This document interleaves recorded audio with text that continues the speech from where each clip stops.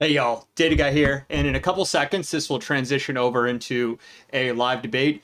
Just wanted to intro you and set the stage that this is part one of a two-part series where me and my friend Brian Phillips, who is an active Prefect practitioner, debate the advantages and disadvantages of both platforms. As Brian has come from Airflow to use Prefect, and I obviously am a big Airflow advocate, I thought it'd be really cool for y'all to see, hey, two people that are really biased towards each platform. Well, not really biased, but are semi-biased towards each platform, hash it out, and really figure out which one is best for a particular use case, if that's even true. So really cool stuff. Hope you find it interesting. And if you do, please like and subscribe. And now, on to the debate. Hello, hello, hello, and welcome to the first and what I hope will be a long series of some live debates of Airflow versus different services. And today I have with me my lifelong friend, Brian Phillips. Brian, you want to introduce yourself?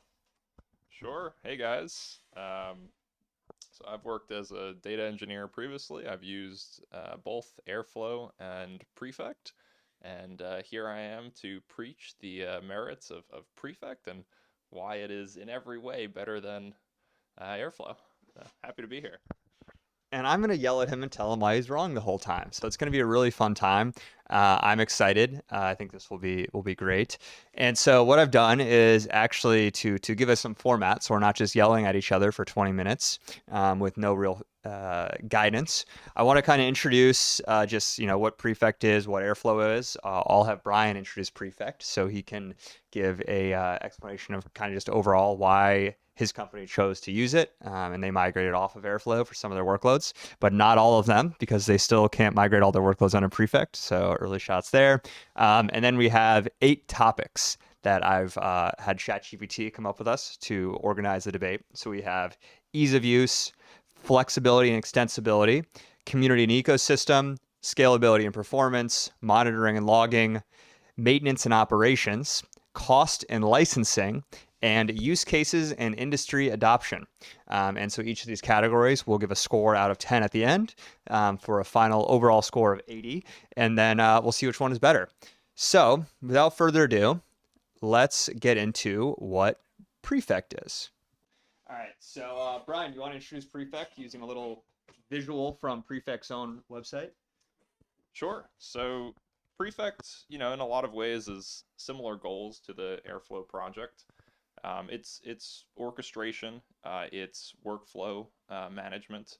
Um, I think so it is a lot more modern. It was developed more recently than Airflow, and I personally think that the code, the design is a lot more Pythonic, especially what they've been able to achieve. More Pythonic than Airflow. More Pythonic than Airflow by far. Whoa. Specifically their 2.0 version, which came out I think Don't you use a sometime last JSON year. file though? A JSON file. Isn't there? All right, we'll get into this later.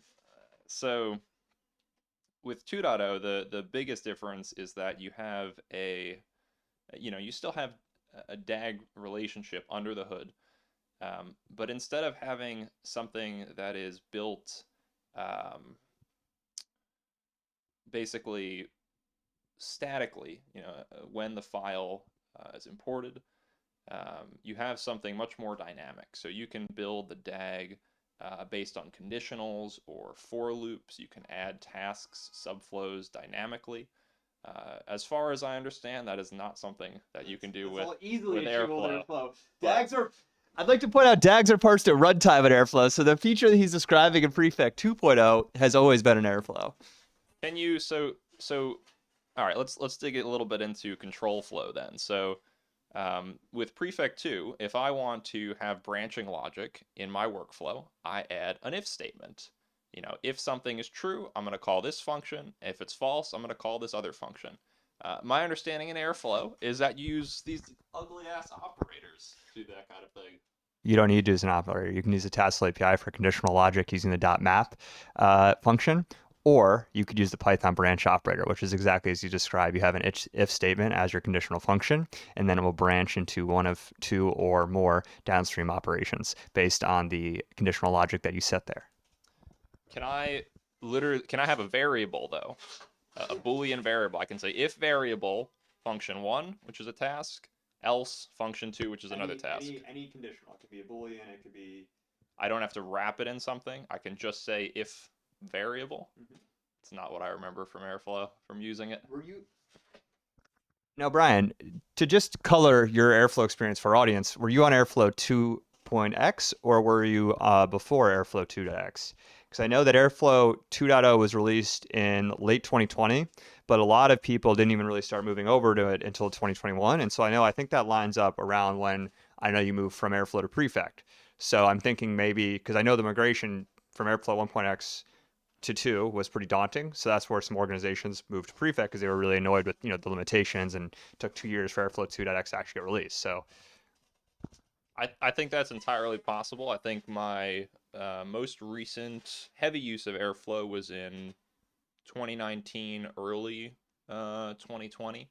And then there's a bit of a gap. And then while looking for a data orchestration tool a few years later, I did stumble upon Prefect, and at the time found it to be better. But it's entirely possible. I haven't seen what Airflow 2.0 can offer. oh boy, I have a demo to Why show don't you you. enlighten me? So I think Brian, is that all you have to say to intro Prefect, or is there anything else you'd like to before I go to intro Airflow? Okay, word. So going over to what Airflow is. So here we have the good old Airflow UI that everyone knows and loves to hate on for being extraordinarily ugly. But whatever. It's functional, and the beauty of Airflow is because it's so Pythonic, it's the most Pythonic data orchestration tool out there. You actually never really need to open Airflow. You can run all your DAGs from the CLI. We all know how DAG is structured. You'll have a series of tasks. You'll have some logic between them, underscoring each of these tasks, and you have your DAG file. And it looks like, Prefect came right after Airflow and just ripped off the task definition. And you can see there, you have your at task decorator, just like I think I saw definition styles in Prefect, Python function there, or this is using the Astro SDK to interchangeably use SQL and Python. Just a cool little functionality there. And then you have, good old DAG, graph, you have best-in-class monitoring for managing all the external services here. And able to import these mods into whatever platform you need. And so now that we've kind of talked a little bit about what each of these platforms are, they're both super Pythonic ways to develop DAGs, to deploy DAGs. It sounds like Prefect is finally catching up to speed. Prefect 2.0 is almost Airflow 2.0. You have branching logic now. You have a lot of you have dark mode, as Brian would like to point out. So now that we have kind of just set the stage, I think I'd like to go into our first category. So I brought the topics up on the screen here for now, just for a little ease of use. And so, Brian, I'd like to hand the mic back to you for topic number 1, ease of use. Maybe you could talk about, the user friendliness. You talked about moving from Prefect to Airflow, so I think you would be, or from Airflow to Prefect, so I think you'd be perfect to talk about the learning curve and, transforming it versus Airflow. Sure, I'd be happy to. I'd also like to say that I like the physical handing of the mic. Yes, it's very, it's great. Yeah, sorry, we're not in the official Data Guy studio yet. I need you guys to subscribe and like a little bit more for us to afford that. So in terms of ease of use, I'd say it's great. It's extremely easy to get up and running in a local development environment that pretty closely mirrors what you'd experience. When you say easy, I think what would be helpful, could you maybe describe that process? What are the steps you need to go to set up a local Prefect environment? Sure, and for the sake of comparison, I will try and draw a distinction to Airflow as best I understand it. So with Prefect, if I want to start up a local server, I can use the CLI. I believe and they've changed this a few times in version 2, but something along the lines of Prefect Orion start, or I think they actually deprecated that name, so it's probably like Orion. Prefect server start. And what that does is it gives me a locally running web server with persistent state on a local disk, and I can submit. Is it just running like an application? It's running a web server that I can pull up, so I can pull up the UI locally, and that is backed by, I believe, a SQLite database for the persistent state locally. Now, that's not what they use in production, let's be clear, but for getting up and running locally, it works great. I can use that server just like I would a production instance to submit flows to and then actually trigger them in the UI locally. Can you swap out that SQLite database for something a little more heavyweight if you want more horsepower for local development? That's a good question. So I could certainly run a so I could run a Postgres Docker container, and Postgres is the database that they use for production workloads.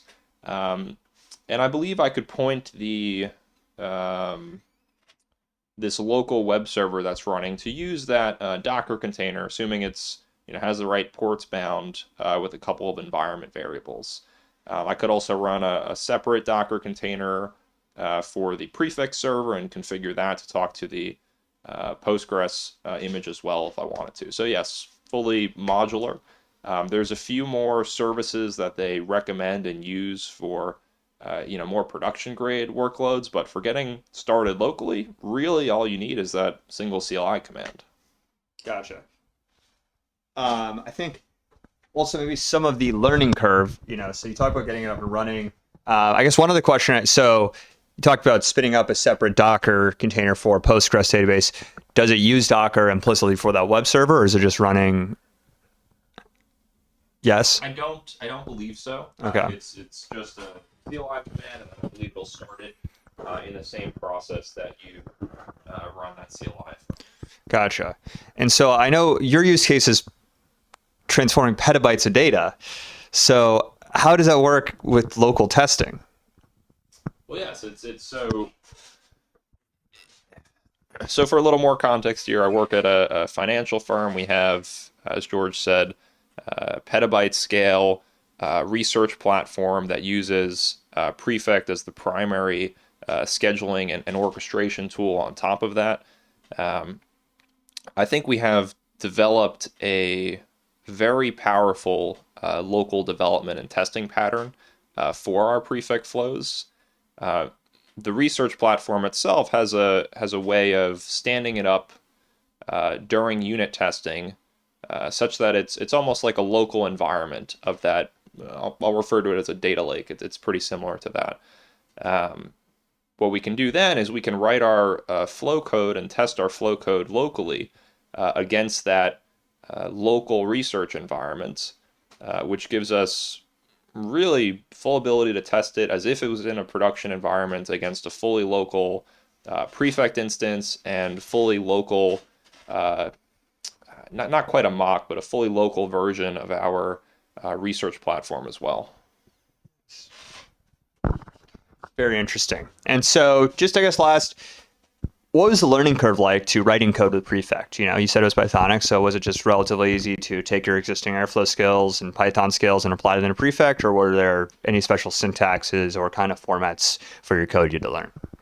Yeah, that's a good question. So I'd say it was quite easy to get up and running. With version 1, which is when I first started working with Prefect, it did have, and I think Airflow version 1.x had similar limitations where you had to use these, tasks to do things like conditionals or more complex logic. So there was a little bit of a learning curve there, but as the open source library has matured, and they've in particular transitioned from version 1 to 2, I think it's become a lot easier. You can do things like mix synchronous and asynchronous code very easily if you want to take advantage of asynchronous concurrency to make web or data requests. And the Airflow flow executor, the Prefect flow executor will just take care of managing all of that complexity under the hood for you. They called it the flow executor there. All right, cool. So thank you, Brian, for that. So I guess kind of, as you I might imagine, I have spent a lot of time with Airflow on this channel. And what might shock you is I had really no formal computer science background in Python. So Airflow is really how I kind of got into learning Python and everything around that. Well, not learning, I knew some of it, but getting deep into it. And the reason why I think Airflow is so easy to use in terms of the code patterns is you can just copy and paste most of your code from other people, change some variable and parameter names, and like use those operators, which it sounds like you hate, to do a lot of more complex operations with other tools without needing to know like, hey, how do I manipulate a DBT workflow with a Python script and, having to get complexity around that. So that was personally, I think Airflow is pretty easy to pick up solely because can have a lot of the complexity abstracted away when you first start. And then as you get into more specific use cases, you get more comfortable with the platform, then you can start, actually customizing the code and, making your own operators and things like that, or just going the Python operator all the way. Python scripts are god. Now, on ease of use, when I first started using Airflow, I was also in Airflow 1.x days, and setting that up locally was a nightmare. It was, I think, the hardest thing about actually starting to use Airflow was actually making sure all the components were, set them up separately. You had to install them on your computer, manage all the ports. It was just a mess. Luckily, there at Airflow 2.x, you had the Docker Compose Airflow way of downloading it now, so you can just run 4 Docker Compose scripts and download open source Airflow. Or you can run the Astro CLI and have it be 2 commands, Astro dev init and Astro dev start, to start a local Dockerized Airflow environment.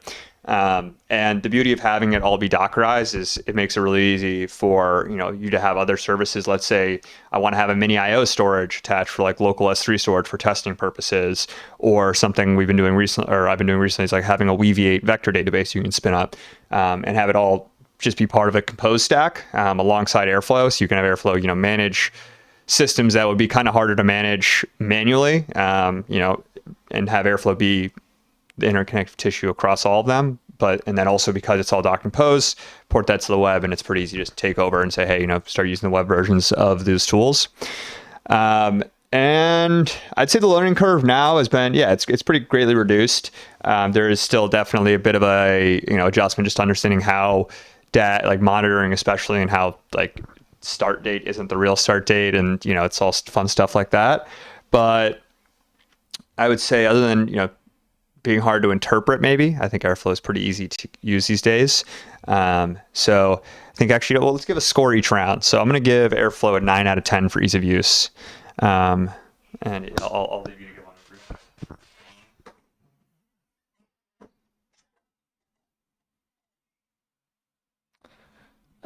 I think I'm also gonna throw Prefect in the 9 out of 10. I think it's, especially with version 2, it's really kind of brought everything together and is easy to get up and running with.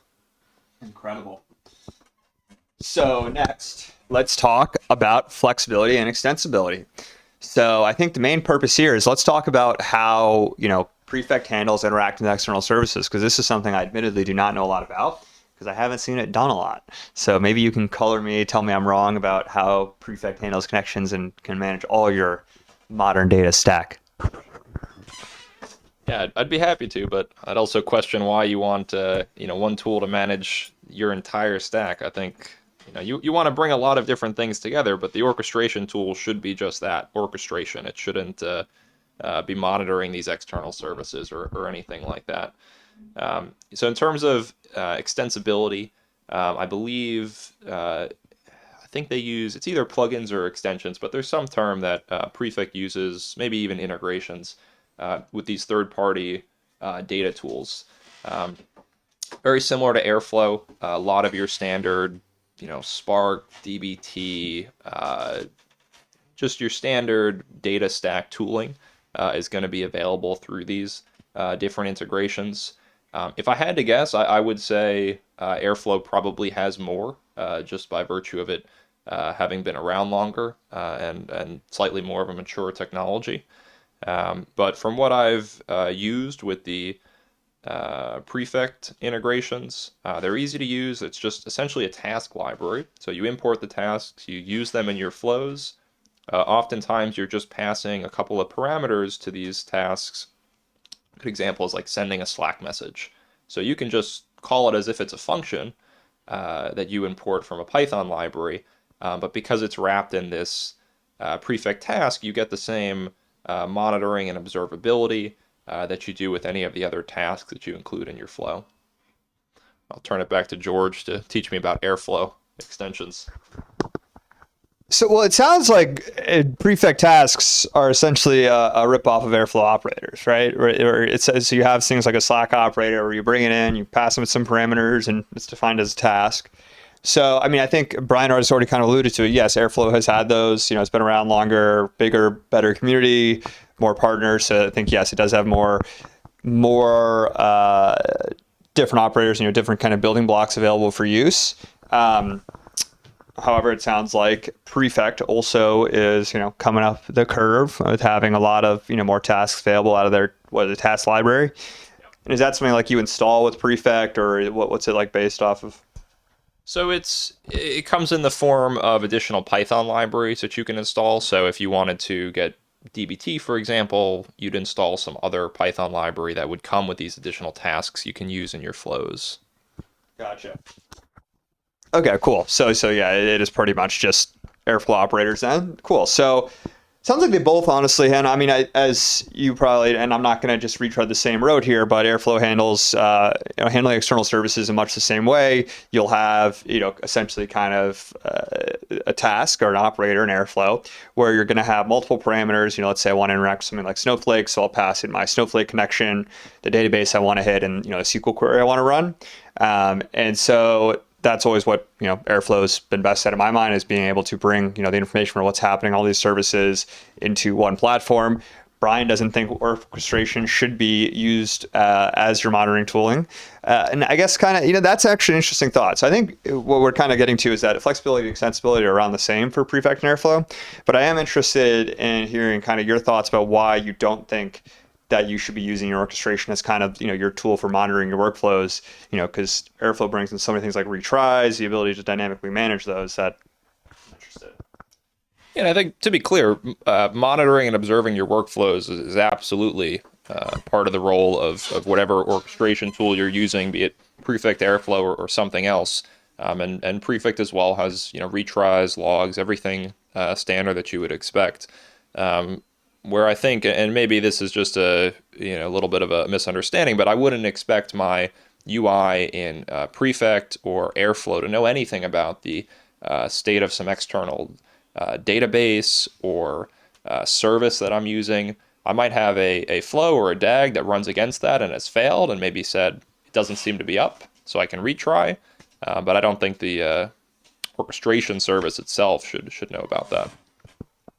Yeah, I think what we just got there was just a misunderstanding of what I think we thought of monitoring. I'm just thinking of it, yeah, for your workflows. But as you're right, Brian, you wouldn't have to have Airflow be your centralized monitoring tooling stack like, you know, Splunk or Grafana.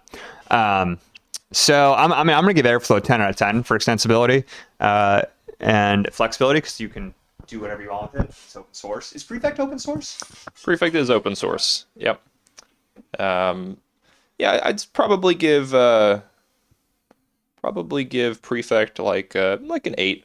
I think it is very extensible. You can also build up. One of the things that we've done is built up our own task library internally for a lot of commonly used functions or patterns that we have. I'd say the experience with the third-party libraries has been a little bit mixed. There tends to be, you know, varying levels of maintenance and support. Sometimes a specific integration that you want to use is out of sync with the version of Prefect that you might have upgraded to. The most critical integrations are maintained closely by the Prefect team, so those are very reliable. But as you start to branch out more and get into community support, it tends to be more of a mixed bag. And, you know, I think that's a great segue into our next topic, which is community and ecosystem. So I think one of Airflow's biggest strengths has always been it has a thriving open source ecosystem. You know, you always have all the stats that everyone likes to throw around about millions of monthly downloads and thousands of people, but it is true. I mean, there's a lot of people that like using Airflow, have really strong opinions about it, because it is an open source project and everyone can customize it and change it and have all their complex opinions on it. And so that's also why there is that rich third-party ecosystem of people developing on top of Airflow, because it's so easy to it's why not, right? I can bring Airflow's customer or Airflow's users into my platform more easily to drive usage of it. It's an easy solution because you're basically just building a Python wrapper to interact with your service. So I love the open source community ecosystem around Airflow, and I thought Prefect was closed source. So maybe you can tell me a little bit about the open source community there, and some of what I might have been missing about Prefect's strengths. Yeah, so and let's add a little bit of context here. So Airflow, I believe, was open sourced by Airbnb quite a while ago, um, and then more recently, Astronomer has emerged as a managed offering. I'll Yeah. let George describe it much more clearly, but a managed offering around Airflow. Um, Prefect has come about as as many modern technology companies do, an offering, software as a service with a core that is open source to drive collaboration with the community. So the core service of Prefect is entirely open source. You can stand it up on your own. Where the company Prefect comes in is in giving you a very easy way to deploy that at scale.